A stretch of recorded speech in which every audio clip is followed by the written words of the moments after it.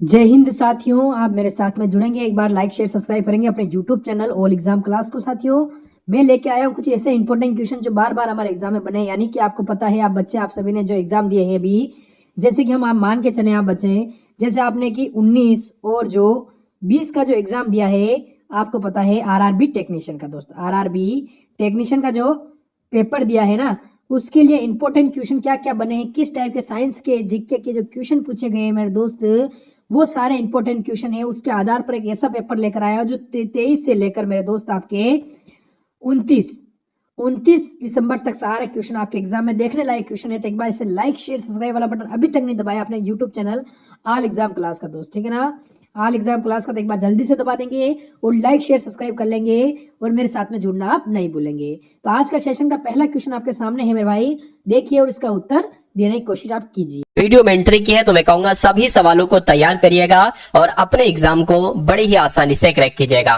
तो ये क्लास बहुत तेजी में होगी। पहला सवाल आपकी स्क्रीन पर आ चुका है, कह रहे के आवृत्ति मापने की इकाई का नाम क्या है, तो मैं कहूंगा साथियों हर्ट्ज है, और जिनका आंसर यहाँ पर ऑप्शन नंबर सी था, बिल्कुल करेक्ट था। अगला सवाल देखिए, कार्य और ऊर्जा की इकाई क्या है, यानी कि कार्य की भी ऊर्जा क्या है, तो मैं कहूंगा कार्य की भी इकाई क्या है और ऊर्जा की भी इकाई क्या है, वो सेम है। तो मैं कहूंगा जूल जो है ना, जूल ये कार्य की भी इकाई है और ऊर्जा की भी इकाई है। उसके बाद देखिए, नदी का बहता हुआ जल किस प्रकार की ऊर्जा संवहन करता है, यानी कि जो नदी का बहता हुआ जल है, जाहिर सी बात है इसमें गति है, इसमें कोई एक तरीके स्थितिज ऊर्जा नहीं होगी, इसमें साथियों गति है ना, तो इसमें जाहिर सी बात है गतिज ऊर्जा आपका राइट आंसर हो जाएंगे। यानी कि नदी के बहते हुए जल में कौन सी ऊर्जा होती है, गतिज ऊर्जा होती है। और जो बांध का जल होता है, बांध का, डैम का, उसमें साथियों स्थितिज ऊर्जा होती है, ये भी आपको मालूम होना चाहिए, ठीक है ना, स्थितिज ऊर्जा होती है, ये भी आपको मालूम होना चाहिए। अब अगला सवाल देखिए, कह के तरंग दैर्घ्य की इकाई क्या है, तो मैं कह सकता हूं, आप लोग ध्यान रखेंगे मीटर यहां पर आपका राइट आंसर हो जाएगा। तरंग दैर्घ्य की इकाई क्या है साथियों, तरंग दैर्घ्य का एसआई मात्रक क्या है, मीटर है। अगला सवाल देखिए, स्थिर गति से दौड़ रही रेलगाड़ी में बैठा यात्री लंबवत ऊपर की दिशा में गेंद फेंकता है, वह गेंद कहां पर गिरेगी, यात्री के हाथों में, यात्री के सामने, यात्री के पीछे, वह रेलगाड़ी की गति की दिशा पर निर्भर करती है। तो मैं कहूंगा वो गेंद यात्री के हाथ में ही गिरेगी, इसलिए सही जवाब आपका ऑप्शन नंबर ए। क्षण के संबंध में निम्नलिखित में से कौन सा विकल्प सही है। साथ ही बड़ी ही टॉप लेवल के क्वेश्चंस यहां पर आप देख पाएंगे, बड़े ही टॉप लेवल के क्वेश्चन। चलिए, तो इस सवाल की अगर बात करें, घर्षण के संबंध की यहां पर बात की, मतलब घर्षण क्या होता है, तो घर्षण गति का विरोध करता है, बिल्कुल। घर्षण टूट फूट का कारण नहीं होता है, नहीं, गलत हो जाएगा। घर्षण से ऊर्जा नष्ट नहीं होती है, घर्षण से उष्णता का उत्पादन नहीं होता। मैं कहूंगा साथियों आंसर आपका जो जाएगा वो ऑप्शन नंबर क्या, ऑप्शन नंबर ए के साथ जाएगा। जैसे कि बात करें साथियों यहाँ पर कैरम की, कैरम पर पाउडर किस लिए डाला जाता है, ताकि घर्षण कम हो जाए, ठीक है। और घर्षण जैसे मान लीजिए कोई खुरदुरी रोड है तो वहां पर घर्षण अधिक होता है, तो मैं कहूंगा घर्षण गति का विरोध करता है, इसलिए राइट आंसर आपका ऑप्शन नंबर ए हो जाएगा। अगला सवाल आपकी स्क्रीन पर कह रहे कि लोहे की एक छोटी गोली पानी में डूब जाती है जबकि जलयान जहाज पानी पर तैरता है, यह सिद्धांत निम्न में से किस वैज्ञानिक पर आधारित है, तो ये किसने दिया था साथियों, ये आर्किमिडीज की अगर बात करें, ये आपका सही जवाब हो जाएगा, और जिनका भी आंसर ऑप्शन नंबर डी बिल्कुल करेक्ट है। अगला सवाल देखिए आपके स्क्रीन पर है, ध्वनि तरंग की कौन सी विशेषता इसके तारत्व को तय करती है, तो यहां पर आपका सही जवाब जो होगा साथियों वो आवृत्ति के साथ जाएगा, यानी कि आवृत्ति जो है ना, ये साथियों तारत्व को तय करती है। ध्वनि तरंग की जो आवृत्ति होती है ये तारत्व को तय करती है, ये भी आपको याद रखना है। अगला सवाल देखिए, निम्नलिखित में से किसमें ध्वनि की गति सबसे तेज होती है, तो ध्वनि की गति की अगर बात करें तो ये साथियों किसमें तेज होती है, लोहे में तेज होती है, यानी कि अगर यहाँ पर ठोस लिखा होता तो ठोस आपका राइट आंसर हो जाएगा। देखिए ध्वनि की जो गति होती है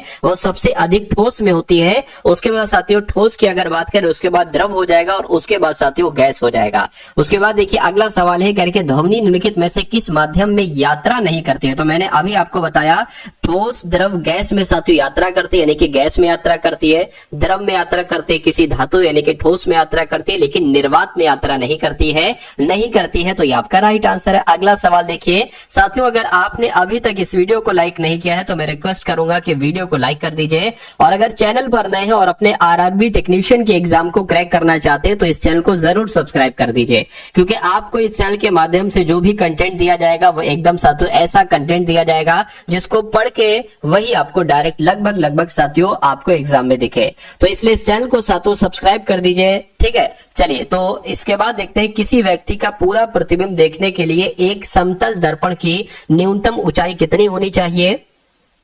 व्यक्ति की ऊंचाई के बराबर होनी चाहिए, नहीं साथियों आधी होनी चाहिए, ये सही हो जाएगा। व्यक्ति की ऊंचाई की आधी होनी चाहिए, ये आपका राइट आंसर है। अगला देखिए, स्वच्छ आकाश का नीला रंग किस कारण से दिखाई पड़ता है? तो जो आपको स्वच्छ आकाश का नीला रंग दिखाई पड़ता है ना, ये किस वजह से दिखाई पड़ता है? प्रकाश के विवर्तन की वजह से या प्रकाश के बिखरने की वजह से? तो मैं कहूंगा साथियों देखिए, प्रकाश का प्रकीर्ण भी इसको कहा जाता है। क्या?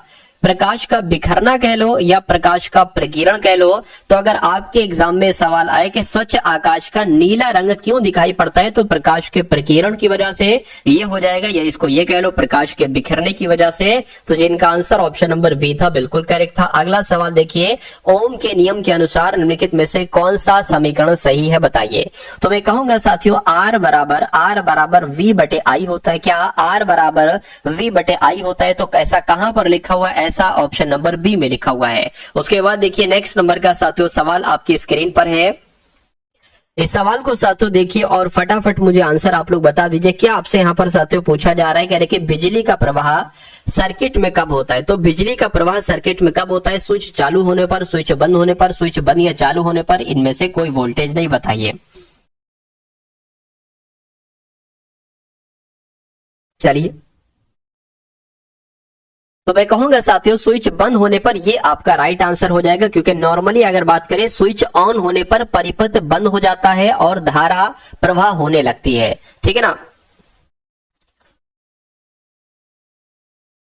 उसके बाद देखिए, डायनामो ऊर्जा परिवर्तित करते हैं, यानी कि डायनामो की अगर हम बात करते हैं तो ये यांत्रिक ऊर्जा को विद्युत ऊर्जा में बदलती है। क्या? डायनामो। इसलिए आंसर आपका जो जाएगा वो ऑप्शन नंबर सी के साथ जाएगा। विद्युत प्रतिरोध को मापने के लिए निम्नलिखित में से किस उपकरण का इस्तेमाल किया जाता है? तो मैं कहूंगा साथियों ओम मीटर का इस्तेमाल किया जाता है। राइट आंसर आपका जाएगा ऑप्शन नंबर ए के साथ। अगर आपसे एमीटर के बारे में पूछा जाए तो ये विद्युत धारा को मापने वाला यंत्र है, ठीक है ना। अगर गैल्वेनोमीटर के बारे में आपसे पूछा जाए तो ये विद्युत परिपथ में जो विद्युत धारा की जो उपस्थिति ये बताता है गैल्वेनोमीटर। और वोल्ट मीटर की अगर बात करें तो ये दो बिंदुओं के बीच विभवांतर को चेक करता है, ये आपका वोल्ट मीटर। और अमीटर मैंने आपको बता ही दिया है, सॉरी ओम मीटर मैंने आपको बता ही दिया है। अगला सवाल देखिए, एसी को डीसी यानी कि प्रत्यावर्ती धारा को दिष्ट धारा में परिवर्तित करने के लिए किस उपकरण का इस्तेमाल किया जाता है? तो मैं कहूंगा रेक्टिफायर का इस्तेमाल किया जाता है। आंसर आपका जाएगा डी के साथ।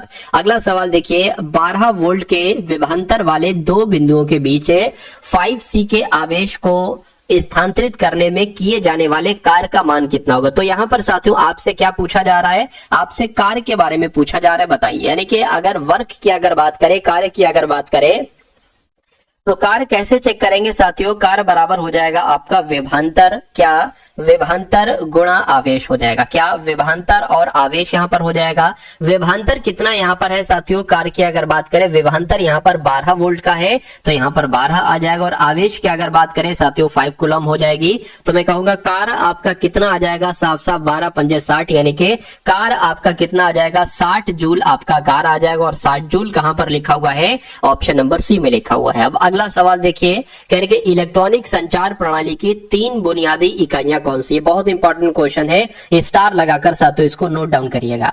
तो कहा जा रहा है इलेक्ट्रॉनिक संचार प्रणाली की ट्रांसमीटर, ट्रांसमिशन चैनल और रिसीवर। ये बिल्कुल सही जवाब हो जाएगा। आपको मालूम होना चाहिए कि इलेक्ट्रॉनिक संचार प्रणाली की 3 बुनियादी इकाइयां ट्रांसमीटर है और ट्रांसमिशन चैनल है और रिसीवर है। अब उसके बाद देखिए नेक्स्ट नंबर का सवाल है, कह रहे कि किसी बस की चाल बढ़ने पर ही रोशनी का बढ़ना ये किस स्थिति को दर्शाता है? तो ये किस स्थिति को दर्शाता है? ये कमजोर बैटरी को दर्शाता है। अगर आपको मान लो कहीं पर रोशनी ज्यादा आपको चाहिए हो तो आप एकदम क्या एक्सीलेटर खींच देते हो, ठीक है। तो ये कमजोर बैटरी का एक तरीके से संकेत है। अगला सवाल देखिए, प्रत्यावर्ती धारा यानी कि एसी को एक दिश धारा यानी कि डीसी किसके प्रयोग के जरिए परिवर्तित किया जा सकता है? तो मैं कहूंगा साथियों दिष्टकारी, जिसको रेक्टिफायर कहा जाता है, इसके द्वारा परिवर्तित किया जाता है। यानी कि अगर एसी को डीसी में बदलना हो तो किसका इस्तेमाल किया जाएगा? रेक्टिफायर का, जिसको हिंदी में कहते हैं दिष्टकारी का। अगला देखिए, रासायनिक ऊर्जा को विद्युत ऊर्जा में रूपांतरित किसके द्वारा किया जाएगा? तो अगर बात करते हैं साथियों संचायक सेल की, तो यहाँ पर आप लोग ध्यान रखेंगे साथियों कि जो रासायनिक ऊर्जा है इसको विद्युत ऊर्जा में जो बदला जाता है वो संचायक सेल के माध्यम से बदला जा सकता है। अब अगला सवाल देखिए, ये भी बहुत इंपॉर्टेंट है, कह रहे कि सही मिलान को पहचान करिए। सही मिलान की अगर बात करें तो क्या आपका यहाँ पर साथियों सही जवाब हो पाएगा? बताइए। देखिए, अगर यहाँ पर हम लोग बात करें माइक्रोवेव ओवन की अगर बात करें, इसका आविष्कार किसने किया? पर्सी स्पेंसर ने किया, ये बिल्कुल सही हो जाएगा। ट्रांसफार्मर का आविष्कार की अगर बात करें तो माइकल फैराडे ने किया। किसने किया साथियों? माइकल फैराडे के द्वारा तो ट्रांसफार्मर का आविष्कार किया गया, तो ये गलत हो जाएगा। बैटरी की जब हम बात करते हैं तो साथियों वोल्टा ने इसका आविष्कार किया। बैटरी का आविष्कार किसने किया? वोल्टा ने किया, ये भी गलत हो जाएगा, ये जो मिलान लगा हुआ है। वर्नियर कैलिपर की अगर हम बात करते हैं तो साथियों वर्नियर, क्या इनका नाम था? Pierre vernier. क्या साथियों? पियरे वर्नियर ने ही किसका आविष्कार किया था? वर्नियर कैलिपर का आविष्कार किया था। मैं कहूंगा ये नीचे वाले तीन तो गलत हो जाएंगे, ऊपर वाला ए सही हो जाएगा। ए सही हो जाएगा तो यही आपका सही जवाब हो जाएगा। अगला देखिए, भारी जल की खोज किसके द्वारा की गई? तो मैं कहूंगा साथियों यूरे के द्वारा 1931 में भारी जल की खोज की गई थी। भारी जल को साथियों D2O के रूप में भी कहा जाता है, तो मैं कहूंगा इसका केमिकल नेम हो जाएगा D2O, रासायनिक नाम। उसके बाद देखिए, हाइड्रोजन बम का आविष्कार किसने किया था? मुझे बताइए। तो मैं कहूंगा एडवर्ड टेलर इनका नाम है, और एडवर्ड टेलर ने ही हाइड्रोजन बम का आविष्कार किया था। राइट आंसर आपका जाएगा ऑप्शन नंबर डी के साथ। अगला देखिए, पदार्थ की इनमें से किस अवस्था का घनत्व न्यूनतम होता है? तो किसका घनत्व न्यूनतम होता है? मैं कहूंगा साथियों गैसीय जो होती है ना, गैसीय अवस्था, इसका घनत्व सबसे कम होता है। ये आपका साथियों बिल्कुल करेक्ट आंसर हो जाता है। उसके बाद देखिए, कह रहे निम्नलिखित में से कौन सी गैस ग्लोबल वार्मिंग के लिए जिम्मेदार है? तो इनमें से ग्रीन हाउस गैस की अगर बात करें तो ग्रीन हाउस गैस जो होती है ना, ये ग्लोबल वार्मिंग के लिए साथियों जिम्मेदार होती है। राइट आंसर आपका ऑप्शन नंबर बी हो जाएगा। ठीक है ना। अब अगर बात करें साथियों ये ग्रीन हाउस गैसेस कौन कौन सी होती है, जैसे कार्बन डाइऑक्साइड हो गई, नाइट्रस ऑक्साइड हो गई, ठीक है ना, ये क्लोरोफ्लोरोकार्बन हो गई, ये सब तरह की गैस ग्रीन हाउस गैसेस के उदाहरण है। उसके बाद देखिए, आधुनिक परमाणु सिद्धांत तैयार किया था, ये भी बहुत इंपॉर्टेंट क्वेश्चन है, तो इसको भी अच्छे से तैयार करिएगा।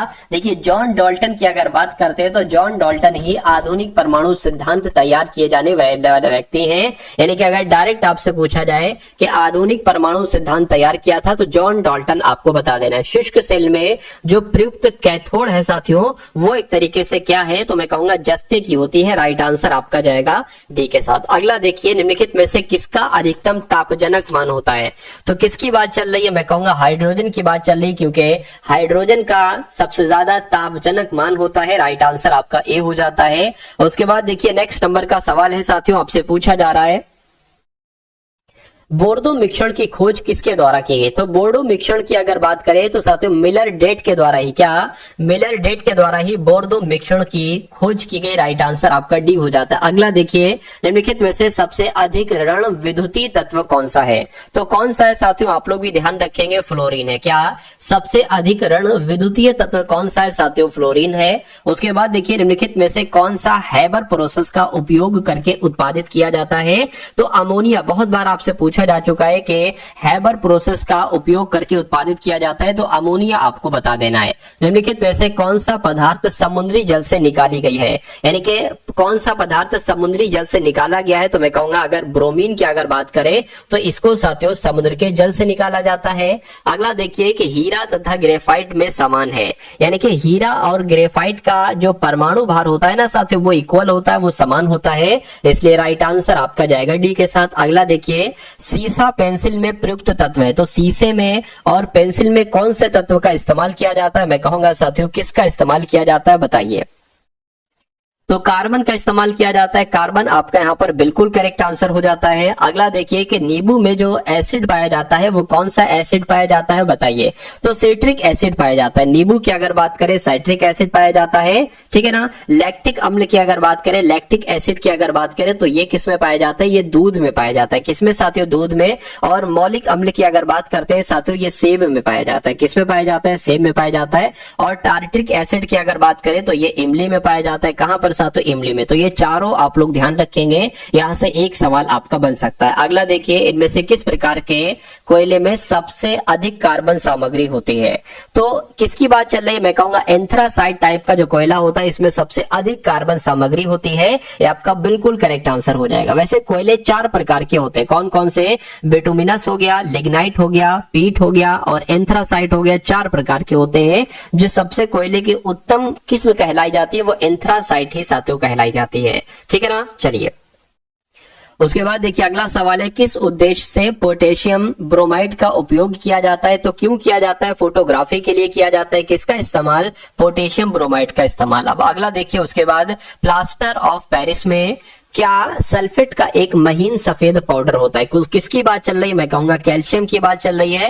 यानी कि प्लास्टर ऑफ पेरिस में कैल्शियम सल्फेट का एक महीन सफेद पाउडर होता है। कैल्शियम सल्फेट निर्जल इस रूप में जाना जाता है। किस रूप में जाना जाता है, जिप्सम के रूप में जाना जाता है। राइट आंसर आपका ऑप्शन नंबर बी हो जाता है। अगला देखिए, अगला सवाल है, कहने के साथियों क्वार्ट्ज क्रिस्टल जो सामान्यतः क्वार्ट्ज घड़ियां आदि में प्रयुक्त होता है, रासायनिक रूप से सोडियम सिलिकेट है, नहीं, ठीक है। जर्मेनियम ऑक्साइड, ये भी मैं कहूंगा साथियों जर्मेनियम ऑक्साइड तो नहीं है, सिलिकॉन डाइऑक्साइड हो जाएगा। यानी कि अगर सवाल आपका ये आता है तो आंसर मैंने आपको बता दिया है, सिलिकॉन डाइऑक्साइड आपका राइट आंसर हो जाएगा। अगला देखिए, खाने का सोडा, क्या खाने के सोडे का नाम बताइए मुझे साथियों। तो सोडियम, खाने के सोडे को सोडियम बाइकार्बोनेट भी कहा जाता है। क्या कहा जाता है, सोडियम बाइकार्बोनेट भी कहा जाता है। उसके बाद देखिए, निम्नलिखित में से कौन सा कैल्शियम कार्बोनेट का एक रूप है। तो किसकी बात चल रही है साथियों, चूने पत्थर की बात चल रही है। यानी कि चूना पत्थर जो है ना, ये कैल्शियम कार्बोनेट का एक रूप है। राइट आंसर आपका ऑप्शन नंबर सी हो जाता है। अगला देखिए, एल्यूमिनियम के सबसे महत्वपूर्ण अयस्क का नाम क्या है। तो मैं कहूंगा बॉक्साइट की जब हम बात करते हैं तो साथियों एल्यूमिनियम का एक महत्वपूर्ण अयस्क है। राइट आंसर आपका ए हो जाता है। अगला देखिए, निम्नलिखित में से कौन सा लोहे का सबसे शुद्ध रूप है। तो जो लोहे का सबसे शुद्ध रूप होता है वो पिटवा लोहा होता है। ये भी बहुत बार आपसे एग्जाम में पूछा जा चुका है।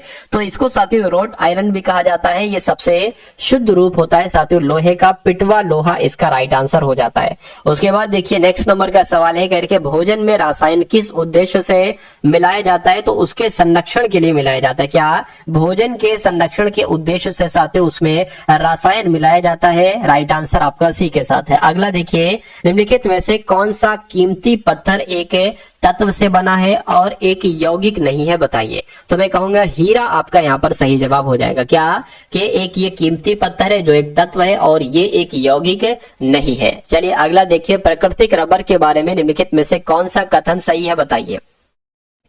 तो प्राकृतिक रबर के बारे में, क्या ये एक प्राकृतिक बहुलक है। बिल्कुल साथियों, प्राकृतिक रबर एक प्राकृतिक बहुलक है और इसमें लोचदार गुण होते हैं। ये बात भी बिल्कुल सही है। कृत्रिम बहुलक नहीं है, ठीक है। ये सिर्फ बहुलक कहा गया, ये भी नहीं है, ठीक है। प्राकृतिक बहुलक तो है लेकिन इसमें लोचदार गुण नहीं होते, ऐसा भी नहीं है। मैं कहूंगा इसमें लोचदार गुण होते हैं और ये एक प्राकृतिक बहुलक है। प्राकृतिक रबर के बारे में कौन सा कथन सही है, तो ऑप्शन नंबर ए वाला कथन सही है। अगला देखिए, प्रोटीन्स छोटे बिल्डिंग ब्लॉक से बने होते हैं जिन्हें किस नाम से जाना जाता है। तो जिनको अमीनो एसिड के नाम से जाना जाता है। किस नाम से जाना जाता है साथियों, अमीनो एसिड के नाम से जाना जाता है। आपको याद रखना है, आंसर आपका जाएगा ऑप्शन नंबर सी के साथ। अगला देखिए, निम्नलिखित में से कौन सा शब्द रेशम के कीड़े के वाणिज्यिक पालन को संदर्भित करता है। तो किसकी बात चल रही है साथियों, सेरीकल्चर की बात चल रही है। आपको मालूम होना चाहिए साथियों, रेशम के कीड़े के पालन को एक तरीके से कहीं ना कहीं सेरीकल्चर कहा जाता है। तो जिनका आंसर यहाँ पर ऑप्शन नंबर साथियों क्या बी के साथ है, बिल्कुल करेक्ट है। चलिए, और सेरीकल्चर को हिंदी में क्या कहा जाता है साथियों, रेशम कीट पालन कहा जाता है। क्या कहा जाता है, रेशम कीट पालन कहा जाता है। ये भी आपको मालूम होना चाहिए। अब अगला सवाल देखिए, कह रहे कि निम्नलिखित में से कौन सा पुरुषों की तुलना में महिलाओं में बहुत कम होता है। क्या ऐसी चीज है साथियों, बताइए।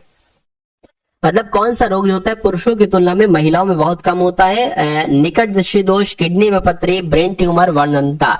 मतलब जो कलर ब्लाइंडनेस होती है ना साथियों, ये रोग जो है ये पुरुषों की तुलना में महिलाओं में बहुत कम होता है, यानी कि ज्यादातर पुरुषों में होता है, महिलाओं में कम तौर पर होता है।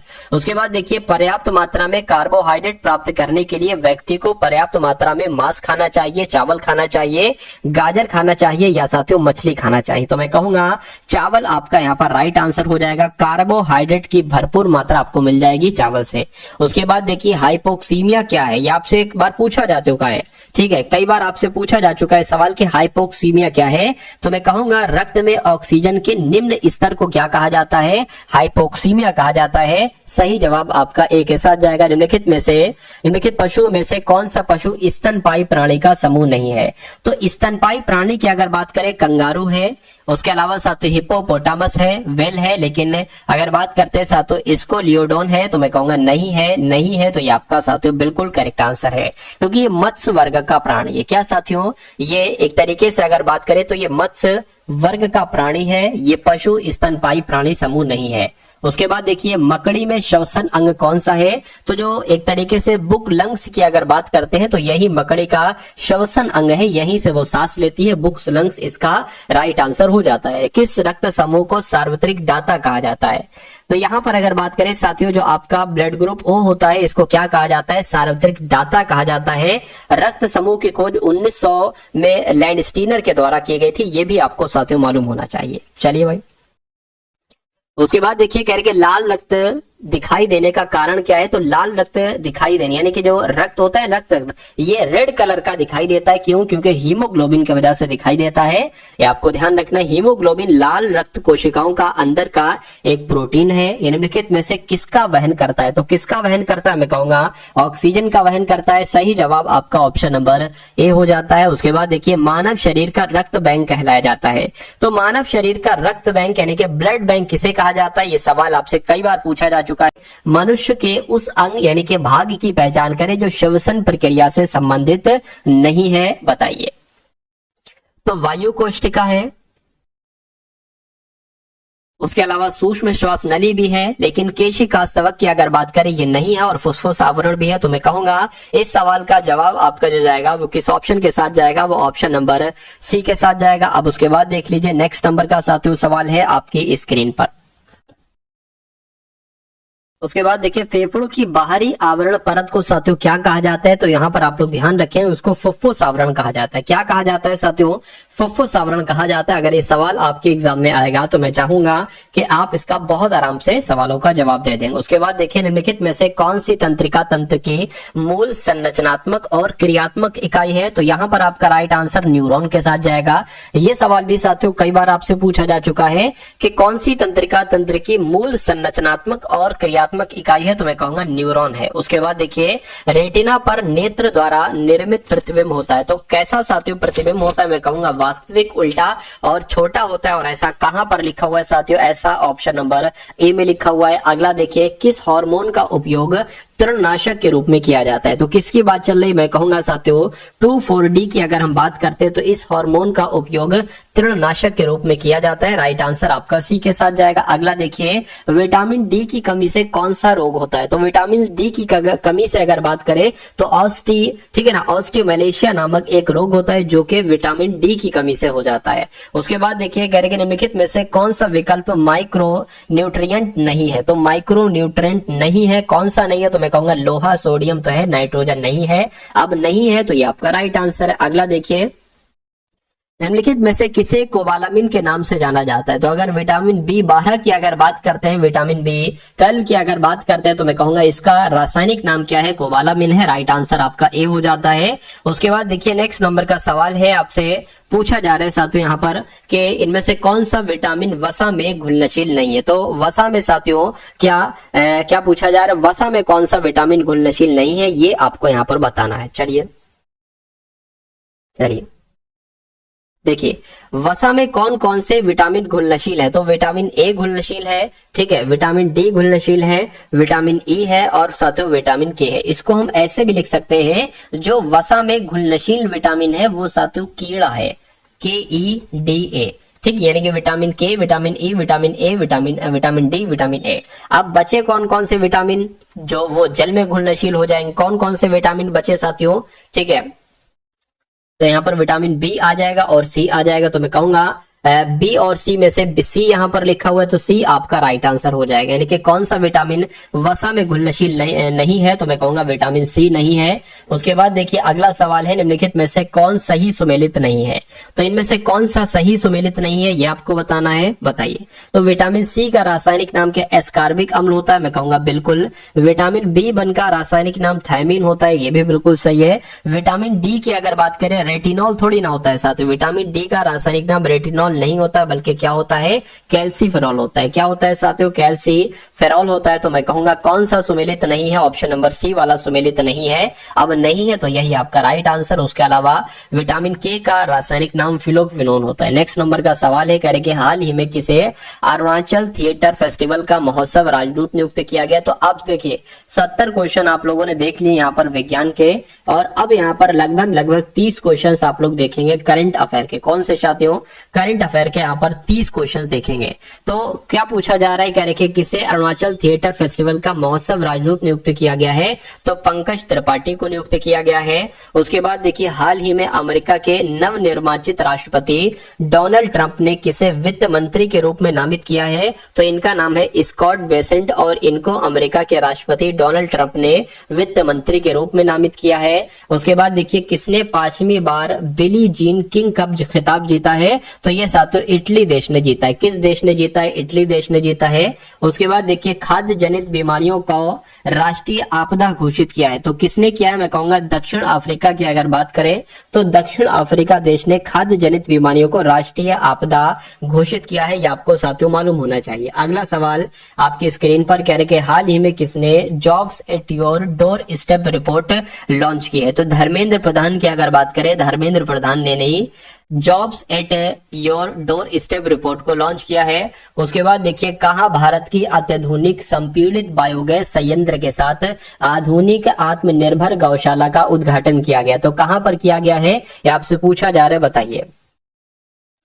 तो साथियों ग्वालियर में किया गया। आपका राइट आंसर क्या होगा, ग्वालियर आपका राइट आंसर हो जाता है। अगला देखिए पूछा जा रहा है किस देश ने भारत को लूटी गई 1400 से अधिक कलाकृतियां लौटाई हैं। तो किसने लौटाई हैं साथियों, अमेरिका देश ने लौटाई है। राइट आंसर आपका सी हो जाता है। उसके बाद देखिए साथियों अगला सवाल है आपके स्क्रीन पर, आपसे पूछा जा रहा है IFFI 2024 अंतरराष्ट्रीय जूरी की अध्यक्षता कौन करेंगे। तो इनका नाम है आशुतोष गोवारिकर, और यही IFFI 2024 अंतरराष्ट्रीय जूरी की अध्यक्षता करेंगे। उसके बाद देखिए किस देश ने ग्लोबल एनर्जी एफिशिएंसी अलायंस को लॉन्च किया है। तो किसने लॉन्च किया है साथियों, संयुक्त अरब अमीरात ने लॉन्च किया, यानी कि UAE ने लॉन्च किया है। उसके बाद देखिए अंतरराष्ट्रीय सहकारिता सम्मेलन का आयोजन कहां पर किया जाएगा। तो ये सम्मेलन साथियों नई दिल्ली में किया जाएगा। अंतरराष्ट्रीय सहकारिता सम्मेलन का आयोजन नई दिल्ली में किया जाएगा। दक्षिण एशिया का सबसे बड़ा समुद्री मंच सागर मंथन कहां पर शुरू हुआ है।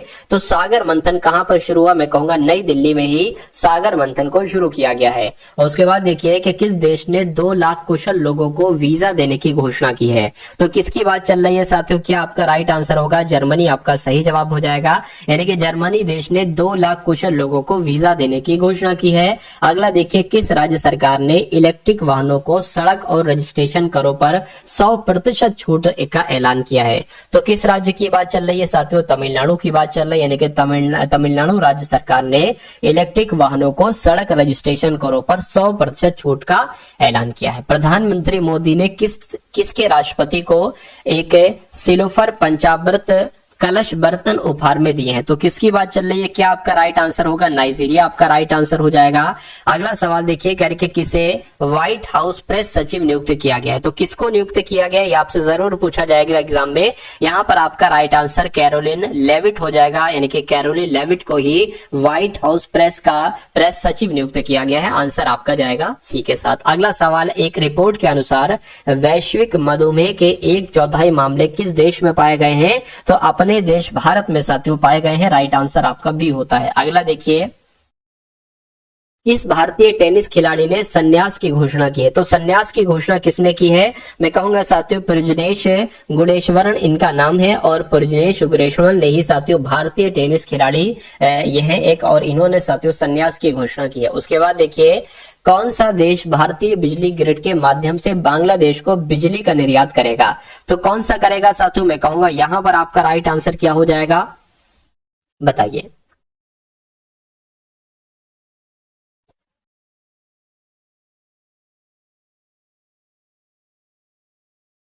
तो आप लोग ध्यान रखेंगे साथियों, नेपाल आपका यहाँ पर सही जवाब हो जाएगा। यानी कि आपको याद रखना है कि जो अपना नेपाल है पड़ोसी देश, ठीक, ये भारतीय बिजली ग्रिड के माध्यम से बांग्लादेश को बिजली का निर्यात करेगा। उसके बाद देखिए, किसे दुबई स्पोर्ट्स काउंसिल का ब्रांड एम्बेसडर नियुक्त किया गया? तो मैं कहूंगा सानिया मिर्जा को किया गया है। उसके अलावा हरभजन सिंह को भी किया गया, यानी कि आंसर आपका सी हो जाता है। अगला देखिए, किस राज्य के तेज गेंदबाज अंशुल कंबोज ने रणजी ट्रॉफी में एक पारी में 10 विकेट लिए हैं? तो किसकी बात चल रही है साथियों? हरियाणा राज्य के ये तेज गेंदबाज हैं, अंशुल कंबोज इनका नाम है, और इन्होंने रणजी ट्रॉफी में एक पारी में 10 विकेट लिए हैं। अब अगला सवाल है साथियों आपकी स्क्रीन पर, इस सवाल को देखिए और फटाफट आप लोग बता दीजिए कि आपका सही जवाब क्या होगा। हाल ही में किस राज्य सरकार ने आय और सौर ऊर्जा परियोजनाएं स्थापित करें पहल शुरू की है? तो ये पहल साथियों किसने शुरू की है आपसे पूछा जा रहा है। मैं कहूंगा ये पहल हिमाचल प्रदेश के द्वारा शुरू की गई है, यानी कि हिमाचल प्रदेश राज्य सरकार ने आय और सौर ऊर्जा परियोजनाएं स्थापित करें